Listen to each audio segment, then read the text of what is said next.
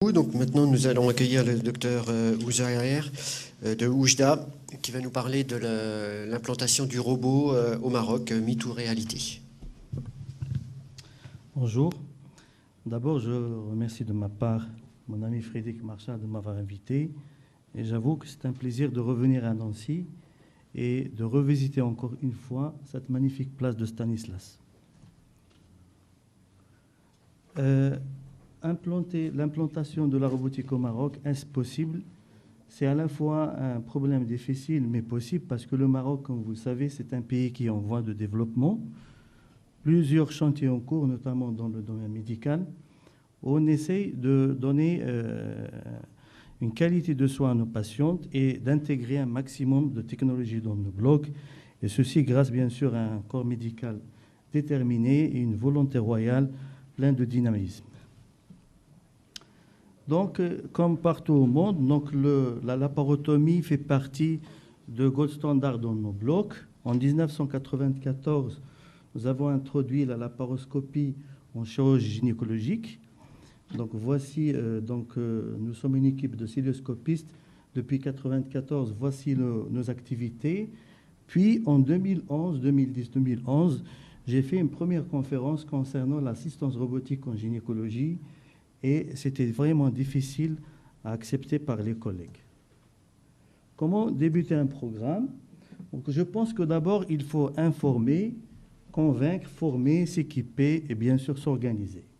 Raison pour laquelle j'avais cette initiative de faire une enquête nationale anonyme auprès de 300 gynécologues allant de 1 à 24 ans d'expérience. Donc cette enquête regroupait d'abord une première partie sur la cilioscopie conventionnelle pour voir qui fait quoi, donc sur le degré de compétence, les césures, la courbe d'apprentissage et les difficultés. Et c'était certainement une porte d'entrée pour en parler de l'assistance robotique sur les points forts, les difficultés, la courbe d'apprentissage et bien sûr les perspectives. Donc quand on a interrogé ses collègues sur le degré de compétence en cilioscopie conventionnelle, on remarque que 50% pratiquent de la célio dans leur activité quotidienne, mais uniquement la moitié font que l'annexe et le diagnostic, c'est-à-dire célio niveau 1. Et plus qu'on avance dans le degré de compétence, on voit que le nombre de chirurgiens chute d'une façon draconiale. Donc en France, je pense, si mes données sont vraies, que 20% des cancers gynécologiques sont faits par célio. Et quand on a questionné également sur les césures, 8% rapportent qu'ils font des césures régulièrement. Sur la qualité, sur la taille de fil, donc la plupart utilisent le 1,020 et rarement le 4,5 et le 6,0. Concernant la laparoscopie toujours conventionnelle, donc 90% pensent que c'est une courbe d'apprentissage qui est longue. Elle est longue parce qu'il y a des difficultés d'abord visuelles, gestuelles et ergonomiques, et je pense que c'est une porte d'entrée vers l'assistance robotique. Donc la deuxième partie de cette enquête concernant la cilioscopie assistée par robot, j'étais très étonné que 60% ils ont une connaissance faible. Ça veut dire tout simplement qu'il faut commencer par informer.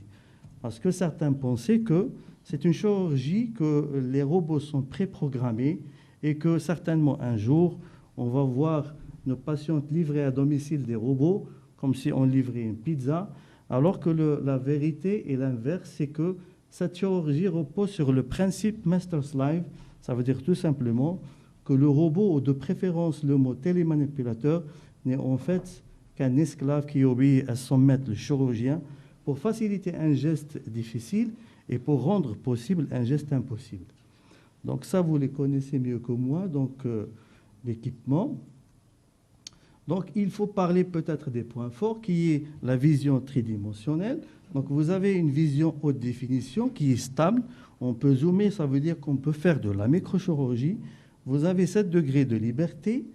Grâce à cette articulation intracorporelle, vous avez également une gestuelle qui est fluide, démultiplication de gestes effacement des tremblements liés à la fatigue, et enfin une ergonomie parfaite. Par rapport à la cœlioscopie conventionnelle, on voit que le cœlioscopiste regarde dans un axe et travaille dans l'autre, alors contrairement à l'assistance robotique, il voit ses mains plongées comme s'il travaille à ciel ouvert. Donc il y a aussi...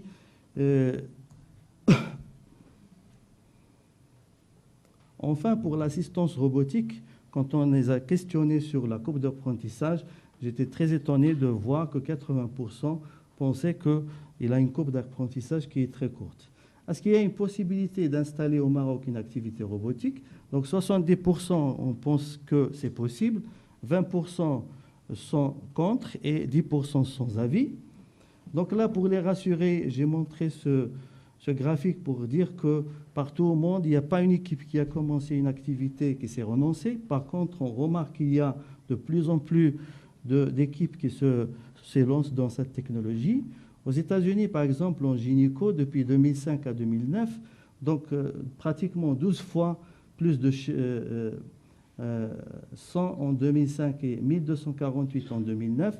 En 2010, pratiquement 40% des hystérectomies sont faites par assistance robotique. En Europe, c'est pratiquement la même chose. En France, je pense qu'il y a une progression, donc la robotique commence à prendre place dans la gynécologie. Donc, quand on a questionné sur la possibilité d'un symposium, et c'est le premier pas de la formation et également une société savante, 85% ont été d'accord. Et pour les obstacles de cette nouvelle technologie, l'organisation de la formation et surtout le coût. Donc là, je voulais remercier pour ma formation. Donc je rejoins un petit peu les avantages de ce mimic. Donc on l'a utilisé au cours de la formation. Et là, je voulais juste vous montrer que en passant de mimic à la console pour la première fois, donc cette magnifique dissection urétérale, donc ça a été filmé à l'école de chirurgie. Et j'avoue que j'en ai mis beaucoup de temps en cœlioscopie pour arriver à faire cette dissection aussi fine. Donc la cœlio, bien sûr, assistée par robot au Maroc, il y a un problème de formation parce que pratiquement jusqu'à maintenant, je suis le seul diplômé et j'espère qu'il y en a d'autres. Et je remercie en passage toute l'équipe de chirurgie, de l'école de chirurgie et particulièrement M. Hubert, ainsi que M. Advincula à qui j'ai passé 2 semaines chez lui pour son accueil et sa générosité. Convaincre, c'est un combat. C'est vraiment un problème de combattant, mais convaincre qui? Il y a 3 cas de figure, je pense, comme je le signale en vert. Il y a les laparotomistes qui n'ont pas encore switché en cœlioscopie. Ils sont faciles à convaincre. Il suffit de montrer les points forts de la robotique, à savoir la vision tridimensionnelle, la gestuelle fluide et une ergonomie meilleure. Puis vous avez en orange les cœlioscopistes débutants. Alors là, je pense qu'il faut faire sortir la carte de difficulté de la cœlio. Et enfin, on a les sont difficiles, c'est les cœlioscopistes avérés. Et dans ce cas, je pense qu'il faut qu'ils savent tout faire en cœlioscopie, qui n'ont pas besoin de robots. Il faut faire sortir la carte de limite de la cœlio. Et on a des limites, et je pense, à mon avis, c'est les indications de la robotique.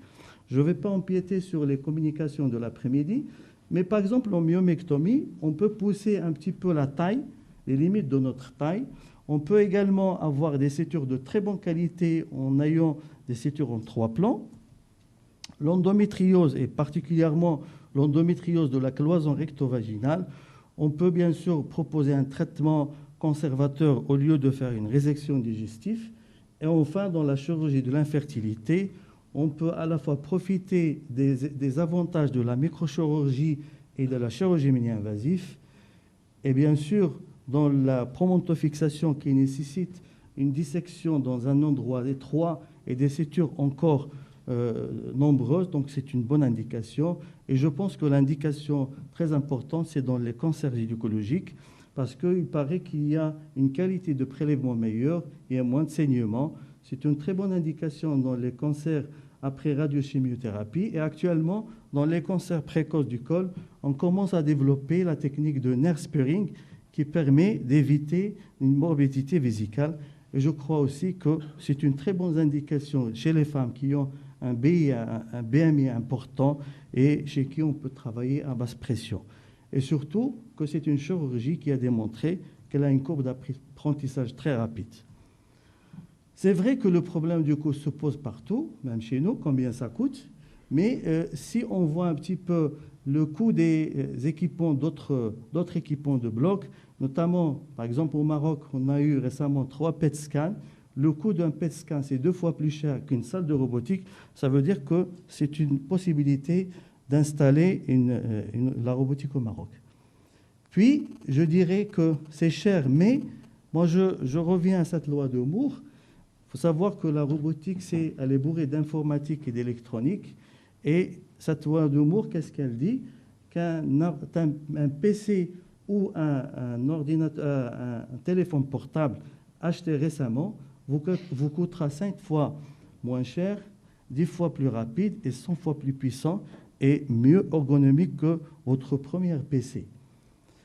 Le futur, mais c'est déjà, donc il y a certainement cette analogie entre l'aéronautique et les futurs blocs opératoires.